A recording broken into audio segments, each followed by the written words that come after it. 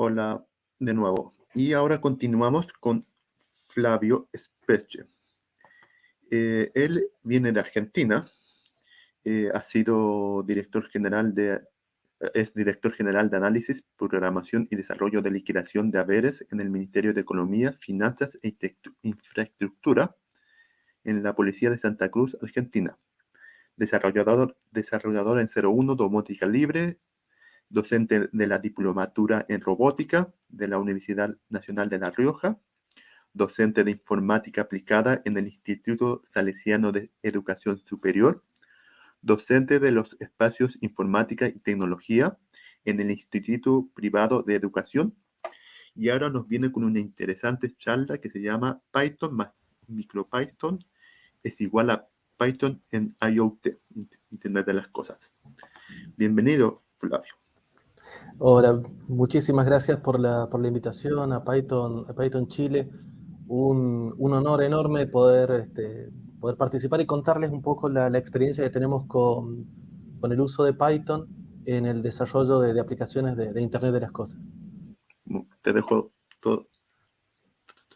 todo a tu disposición. Dale, muchísimas gracias. Bien, la idea de hoy es contarles lo que se puede hacer con Python en esta nueva área, digamos, con tanto potencial como es el Internet de las Cosas. La propuesta es lo que acabamos de hacer, es decir, hacia dónde vamos con la charla, discutir un poco quizás lo que es el Internet de las Cosas, el IoT, y después enfocarnos en cuál es el hardware disponible sobre el que podemos programar, el software con el que podemos hacerlo, charlar algo sobre los protocolos para lograr la conectividad entre los distintos dispositivos y también ver del lado del servidor con qué herramientas contamos para desarrollar nuestras propias soluciones. Y en el caso de que, como decimos muchas veces en sistemas, no quisiéramos reinventar la rueda, ¿qué alternativas tenemos respecto a soluciones ya desarrolladas? El primer punto es tratar de ponernos de acuerdo, digamos, en el contexto de esta charla sobre qué es el Internet de las Cosas. Yo siempre traigo esta frase de Khaled Salah Mohamed en su libro La Era del Internet de las Cosas, editado por Springer, que dice justamente que no hay una manera simple de definir lo que es el Internet de las Cosas. Porque el Internet de las Cosas, junto con el Big Data, la realidad aumentada y demás, son tecnologías de tipo disruptivas, digamos, generaron cambios muy, muy bruscos, y que aparecieron de golpe, para decirlo de alguna manera, irrumpieron justamente en nuestra realidad y van incorporando características que hace que cualquier definición que nosotros quisiéramos dar quede en muy corto plazo desactualizada. De esta definición, una de las cosas más importantes que deberíamos llevarnos es que el Internet de las Cosas tiene una de sus bases, uno de los pilares fundamentales relacionados a la comunicación entre dispositivos. Y cuando hablamos de dispositivos, hablamos fundamentalmente de dispositivos electrónicos, donde en la mayoría de ellos, en virtud de la miniaturización y el desarrollo de la tecnología de fabricación, tienen tamaños pequeños y en ese pequeño tamaño, perdón, tienen también gran capacidad de cálculo e incluso habilidad para lograr aprendizaje. Entonces, ¿con qué vamos a trabajar? Cuando hablamos del hardware, nos comienzan a aparecer muchas siglas, como SOC, que es la abreviatura de System on Chip, es decir, es un chip que en sí mismo es un sistema completo, es decir, no solamente es el microprocesador, sino que tiene otros componentes que le agregan funcionalidades. NodeMQ, que es, para hacerlo de la forma más sencilla, una especie de especificación para el desarrollo de placas de código abierto, placas físicas. Las placas, que son componentes electrónicos soldados y agrupados en un soporte. Board, que es la versión en inglés de esto. SBC, que son las computadoras de placa única. Entonces, en este océano, digamos, en este laberinto de siglas, uno lo primero que se plantea es, bien, yo quiero dedicarme al Internet de las cosas y lo quiero hacer con Python. ¿Qué placas puedo elegir? Es decir, ¿con qué microcontroladores yo podría trabajar? Y acá tenemos algunas de las opciones. Como siempre, esta es una lista a la mar de acotada. Hay muchísimas otras placas sobre las que podríamos trabajar, pero, digamos, pensando en la experiencia que tenemos y en la disponibilidad de este tipo de microcontroladores, creemos que son las más habituales que vamos a encontrar nosotros en nuestro ámbito de trabajo. De Expressif, que es una empresa china, tenemos las dos primeras, la ESP8266 y la ESP32. Estas placas ganaron popularidad, principalmente la 8266, porque fueron de las primeras placas que se popularizaron que traían incorporada la posibilidad de conectarse directamente al Wi-Fi. Es decir, teníamos una placa que era programable con un procesador de 32 bits y que además traía ya de fábrica, digamos, llave en mano, la posibilidad de conectarse a nuestra red inalámbrica utilizando la tecnología Wi-Fi y convertirse tanto en servidores de datos como en estaciones a las cuales yo podía conectar una serie de dispositivos. Tuvieron mucha popularidad estas placas, lo que dio lugar a que aparecieran diferentes versiones.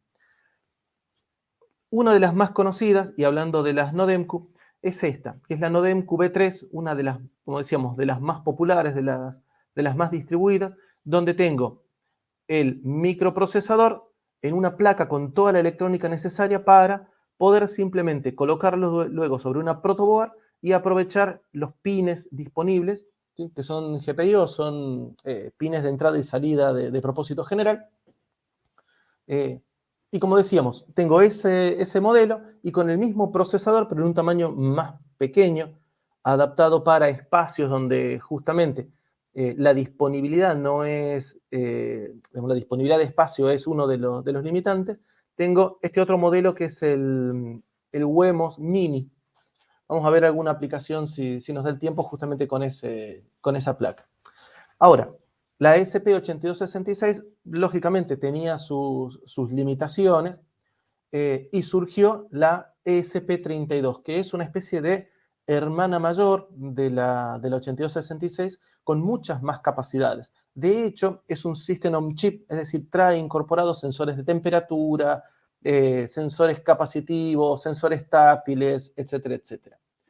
La configuración básica es muy similar, pero agrega como herramienta de conectividad no solo Wi-Fi nativo, sino también Bluetooth de bajo consumo de energía. También surgieron diferentes variables y en el mundo del Internet de las cosas, una de las más interesantes, por ejemplo, son estos módulos, ¿sí? Que son los módulos M5 Stack, que justamente reciben su nombre porque se pueden apilar y que traen incorporados también ya sensores, traen botones, traen pantallas para mostrar esta información. Y decíamos, traen sensores como son brújulas, giróscopos, etcétera, etcétera, y no pierden la posibilidad de que nosotros agreguemos, mediante la conexión a los pines, otros sensores. También para dispositivos de Internet de las Cosas y del tipo de los que se pueden vestir, los wearables, tenemos de la misma línea estos, por ejemplo, que son los M5 Stick, también con sensores incorporados. Y hace muy, muy poquito tiempo, Raspberry Pi, ingresó al mundo de los microcontroladores, ¿sí? Con un procesador muy, muy bueno, el RP2040, y sacaron primeramente la Raspberry Pi Pico y después la Raspberry Pi Pico W, que es la que nos interesa en este caso puntual por temas relacionados a la conectividad, que trae nativo también conectividad por Wi-Fi.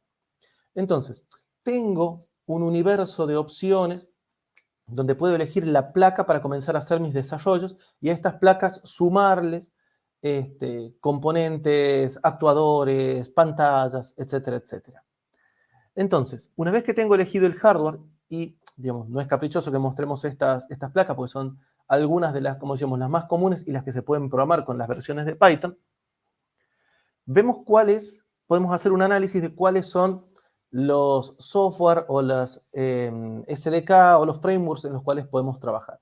Y notamos, están resaltados justamente allí, que en Python particularmente, dadas las características que todos conocemos de Python, la facilidad de aprendizaje, el código que es absolutamente sencillo, elegante y limpio para leer, fácil de mantener, que puedo acceder al código porque al estar interpretado, yo puedo acceder al programa tal cual está guardado en la placa, a diferencia de los lenguajes compilados donde ya subo directamente el binario.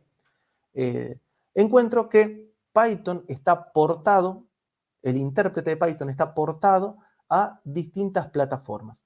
Y hablamos de que está portado porque el trabajo excelente que se hizo fue analizar las librerías que son básicas para el funcionamiento de Python como lenguaje y además generar librerías que son específicas para estos entornos donde los microcontroladores, pensemos que tienen recursos limitados, si bien son procesadores de 32 bits, tienen memorias que rara vez superan los 10 megas. ¿Sí? Si bien podemos trabajar, digamos, y agregarle algo de hardware, pero básicamente son, como decíamos, con muchas restricciones en cuanto a la disponibilidad de recursos. Y además, cada una de las placas, tal cual las describíamos hace unos minutos, tienen características propias o incorporan, como decíamos, características que las hacen únicas. Entonces, las que van, digamos, de entre las versiones, las que más nos van a servir, sobre las que nos vamos a enfocar, son MicroPython, que es como la base de todas las demás, y después CircuitPython, que es una versión portada también, basada en MicroPython, pero que tiene mucho soporte por parte de Adafruit, que es una empresa que se dedica justamente al desarrollo de placas orientadas a sistemas robóticos, a aplicaciones de domótica, a Internet de las cosas. En el caso particular de MicroPython, como decíamos, tiene librerías estándar propias del lenguaje, librerías que son específicas de MicroPython y que se ocupan de cuestiones generales, como podrán ver, Bluetooth, NeoPixel para manejar LEDs adresables, direccionables y a los que les podemos regular el color. Network, que es una de las librerías que más vamos a utilizar porque es la que nos va a facilitar la tarea de realizar la conexión con nuestras redes. Y después, por cada una de las placas que soporte, van a ver que tiene funciones específicas adaptadas a justamente esas placas. Entonces podemos encontrar para la 8266, la 32, las placas de Raspi, con procesador RP2040, para las Wi-Fi, etcétera, etcétera. Ahora, ¿cómo hago para programar estas placas? Básicamente, y créanme que es así de sencillo, yo descargo, ¿sí?, el binario que tiene el firmware donde está el intérprete de Python, lo arrastro, lo suelto dentro de la placa, se copia dentro de la placa la versión con la que yo quiera trabajar, la placa se reinicia y tengo corriendo un intérprete dentro de la placa. Es decir, tengo un bucle REPL esperando para que yo interactúe con él utilizando instrucciones de Python. Eso es otra característica sobresaliente de poder programar con Python las placas. Yo puedo probar de forma interactiva los comandos que le voy suministrando y probar si realmente lo que quiero hacer antes de guardarlo en un archivo funciona. ¿Cómo se ve el código? Ahí tenemos una comparativa. En MicroPython, fíjense que digamos, sabiendo Python es muy sencillo entenderlo. Importo pin, que el pin, como dijimos, es una de esas, para decirlo poco académicamente, patitas que tenemos en los micros, a los que puedo conectar sensores. Esas patitas están numeradas y al ser GPIO pueden ser de entrada y de salida. Entonces, si miro hacia la izquierda, digo, en P0 yo voy a guardar una referencia al pin que está numerado, identificado como 0 y que va a tener funciones de salida, es decir, el mensaje va a ir del micro hacia el exterior con alguna indicación para hacer. Y esos valores los voy a poder manejar, ¿sí?, al ser pines digitales, fíjense, como on para encenderlo, off para apagarlo, o pasarle un valor, 1 o 0, un valor lógico también para trabajar con ello. El resto es digamos, más código simplemente para ver la facilidad con que podemos migrar de nuestras aplicaciones de escritorio, nuestros scripts, a microcontroladores. Y del lado de CircuitPython, si bien, digamos, la forma de escribirlo es diferente por las particularidades que tiene la versión portada, pero también es muy Python, muy fácil de entender. Fíjense que en ese caso los pines están identificados como instancias de digital in-out, ¿sí? Que es esencialmente lo mismo, es un GPIO de entrada y salida, al cual le establecemos la dirección en la que van a salir los mensajes utilizando las propiedades. Podemos decir que por ahí CircuitPython tiene un enfoque más orientado a objetos. En cuanto a los IDEs, tenemos de todo tipo. Justo tuvimos una charla sobre Spider, así que no vamos a hablar de los IDE de escritorio, pero sí tenemos estas particularidades. Por ejemplo, para las M5 Stack tengo IDEs que están en la nube, es decir, yo puedo, sin instalar nada en mi computadora, simplemente conecto la placa, conecto el micro y programo con el editor en la nube y hago la descarga del código. Y la que tenemos al lado, si bien no es una placa específica para Internet de las Cosas, pero seguramente a la PyCon Chile hay muchos educadores que la están siguiendo, están escuchando estas charlas. Me pareció interesante porque una placa como la Microbit, que tiene también muchas características sobresalientes desde el punto de vista de la didáctica, de la enseñanza, de la programación, soporta también una versión modificada de MicroPython. Y también no me hace falta instalar nada, uso el editor que tengo en la nube. De hecho, esa es la versión del editor nuevo, la versión nueva, que está ahora sí ya lanzada, está en un release, y es muy interesante para comenzar a trabajar. Ahora bien, dijimos que la comunicación es una de las características fundamentales que tienen que tener nuestros sistemas si lo quiero hacer, digamos, que se sume a lo que es el Internet de las Cosas, a la domótica, al telecomando. Entonces, tenemos que apelar a algún tipo de acuerdo, de ahí los protocolos, para que nuestros dispositivos se conecten entre sí. Y como tal, respondiendo a diferentes necesidades o situaciones, hay distintos. Podemos utilizar los protocolos de Internet, de marcado de hipertexto, como el HTTP, el HTTPS, para comunicaciones en distancias cortas. Puedo utilizar Bluetooth para conectarme a la red, el Wi-Fi, para conexiones donde yo lo que necesito es que el sistema reaccione de determinada manera cuando recibe un cierto estímulo, y ese estímulo puede ser generado en cualquier parte del mundo, separado físicamente. Puedo utilizar MQTT. Si necesito comunicaciones a larga distancia, tengo LoRa o LoRaWAN, ¿sí? Que están optimizados para justamente bajo consumo energético y comunicaciones en larga distancia. Todos estos protocolos, ¿sí? La buena noticia es que tienen soporte en las librerías de Python para Internet de las Cosas.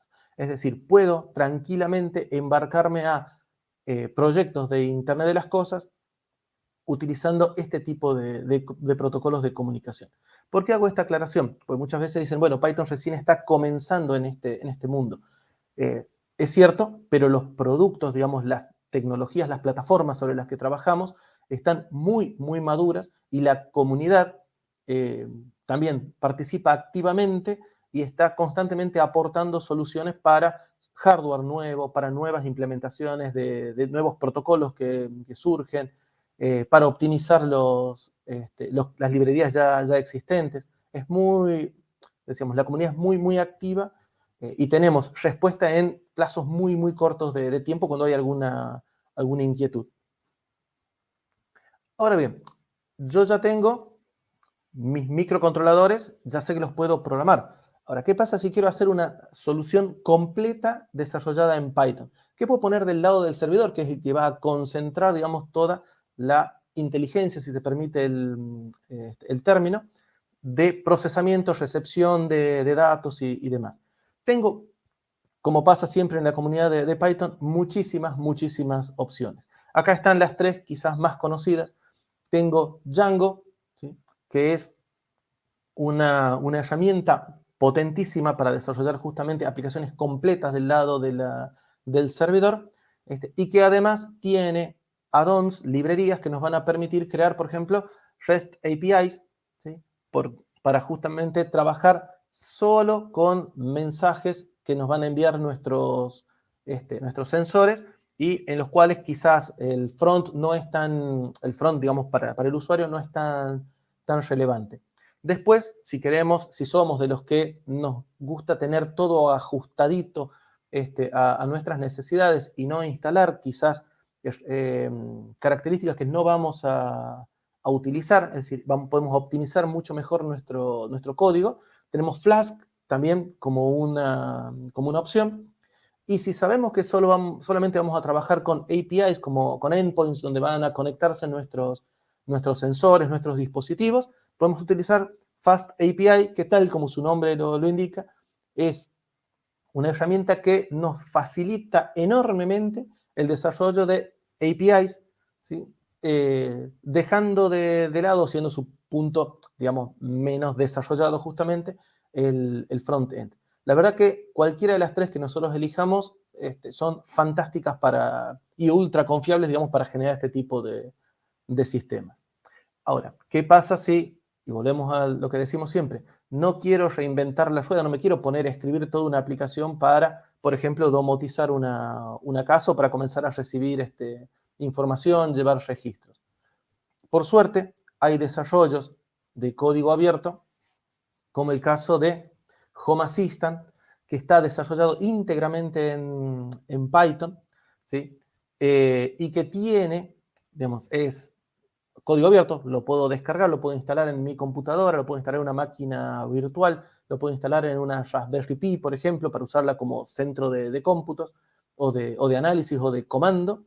Eh, y voy a ir agregando nuestros sensores, con la particularidad de que incluso si no soy muy ducho programando o no me quiero poner a estudiar justamente cómo programar estos micros, y necesito hacer algo de una forma más rápida, sin llegar al no-code, por ejemplo, puedo utilizar YAML para parametrizar mis componentes e ir integrándolos a la solución.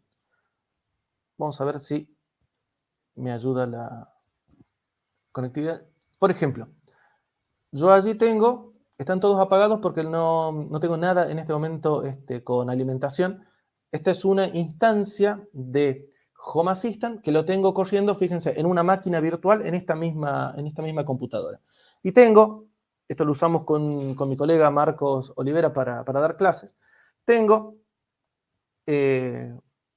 hay dos micros conectados, uno que maneja Relays y otro que creo que nos está mostrando la cámara, para que veamos nada más, está todo cableado así de prueba.